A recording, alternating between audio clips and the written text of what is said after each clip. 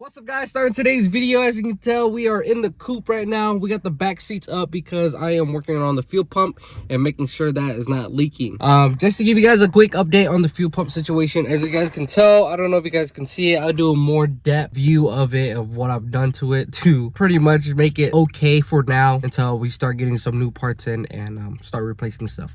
But to start off from last upload, we've been doing a lot of stuff within those, I think it was 9 days since I uploaded that video. So 9 days, after we got the heat back installed into the car, I had two check engine lights, one being TPS and the second one being code 9. TPS, I figured out that the TPS sensor that I have on my car, my harness, the clip of it was broken. So I want to give a shout out to Zach, because he gave me his old harness. He gave me his harness. I depended every single clip from that harness, and I took TPS one and put it back into my car.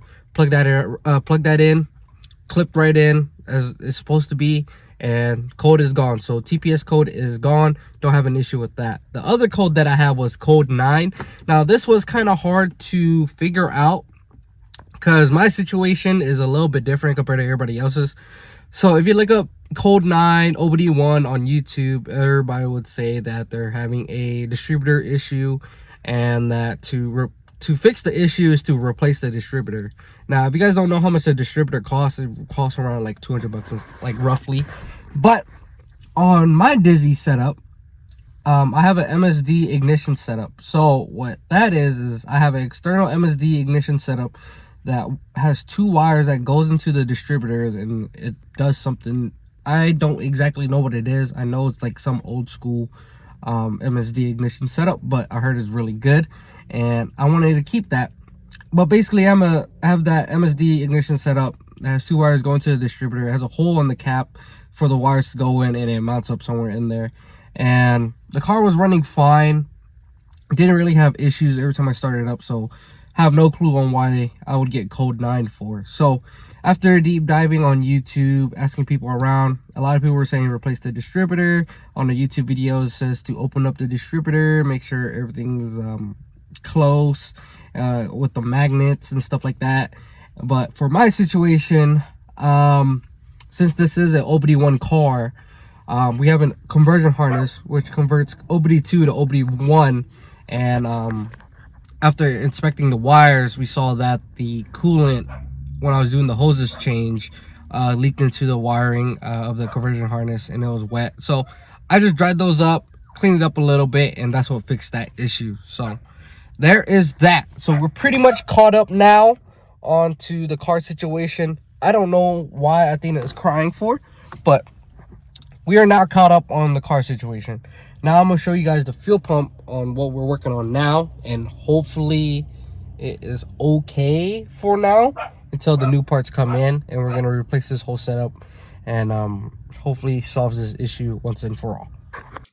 Alright guys, so here we are at the fuel pump situation. As you can tell, we have a bunch of gasket maker all over this thing because, as you can tell, that yellow spot right there, fuel is getting leaked out from that fucking wire. So if you guys didn't know, this is a full-blown fuel pump hanger. I'm just been having issues with it leaking. First, it started off with the AN fittings, fix that issue, and now it's going towards the wiring. And as you can tell, we put gasket maker everywhere and black tape everything, and everything's just getting disintegrated, falling apart, and yeah, not good. And all you smell inside this vehicle right now is gasket maker and E85. So as you can tell, this puddle of fuel right here is coming from the wire. I figured that out once I turned on the car, turned it off. I was checking the back seat of this, and for some reason the middle part was getting super wet and it smelled like gas. So that is where we at right now. I'm glad that this gasket maker didn't really work, because we have a new one coming in, and I'll tell you guys a little bit all about that. But I just want to show you guys, these wires are still wet from fuel because of this wire going into the pump hanger. So yeah. nothing against Full Blown in the products. This is a good product. It's just that whoever owned this car previously did a really hacked up job on putting that fuel pump in, or messed it up some way somehow, because the AN fittings are wrong. And then on top of that, the wire that goes into the pump itself is not loomed, and that is the main reason why it's leaking right now. Because as you guys can tell, we put a shit ton of gasket maker on it. I was trying to seal it up. It's not doing anything to solve that issue. So we also ordered a new radium fuel pump hanger that should be coming in really soon. I ordered it yesterday. I ordered the -8 AN bung today because my AN fitting setup on my car is -6 and a -8, and I had to order a -8 for the radium fuel pump hanger because two of the AN fittings that comes with the radium fuel pump hanger are -6. So I ordered a -8 to replace one of those for my -8 line, and that should be good to go when it comes in. We're gonna get that installed, and hopefully that fixes all the issues that I'm having right now with fuel leaking and fuel smell coming from the fuel pump area. Also, with the radium setup, I should be able to run my OEM fuel pump cover, and hopefully that solves everything. Hopefully no more fuel leaks, no more fuel smell, and then we'll keep continuing on wrenching onto this car and making it a lot better than it was when I got it. So super excited for that. There's also a YouTube video on radium's fuel pump hanger. I believe I forgot what's her name on YouTube. It's a lady driven EK. She did a whole install video of the fuel pump hanger. It's a pretty dope setup. I mean, everything's pretty much straightforward. What I really like about this hanger setup is that instead of wires going through the fuel pump wires go to the hanger. So this right here is the hanger in my hand. So it goes wire or fuel pump, wires, hanger. So it meets right there. Then all you have up top is just AN fittings, and that's it. So all I had to do, or all I have to do, since I have power and ground outside of the vehicle, just wire it up to the fuel pump hanger on top, and that's pretty much it, and it's pretty much ready to go. Another thing that I did notice on this Full Blown hanger is that it has two fittings because it's meant for dual pump. One of them is completely open. I'm pretty sure that hole needs to be closed if you're running a single pump, and that may be another reason why the pressure is kind of like pushing against the fuel pump hanger and just wanting to come out, and that might be another reason why it's trying to come out from the wiring that goes into the pump. So I'm not too sure. I did email Full Blown about it. They're saying that it's gonna be $50 for me to send it in, replace the wire, and then get everything fixed onto the hanger itself, because it's not correctly fixed by whoever tried to fix it, basically. So instead of sending it in for $50, I just ended up spending the money on getting a whole new setup that I know that's gonna work and should seal this whole situation and fix everything all at once. So instead of sending it out, wait until they send it back and put it back in, I'm gonna just take this one out and then get the radium installed and do it that way. So we have new fuel pump hanger, a new seal. I'm debating if I'm gonna reuse this fuel pump hanger gasket.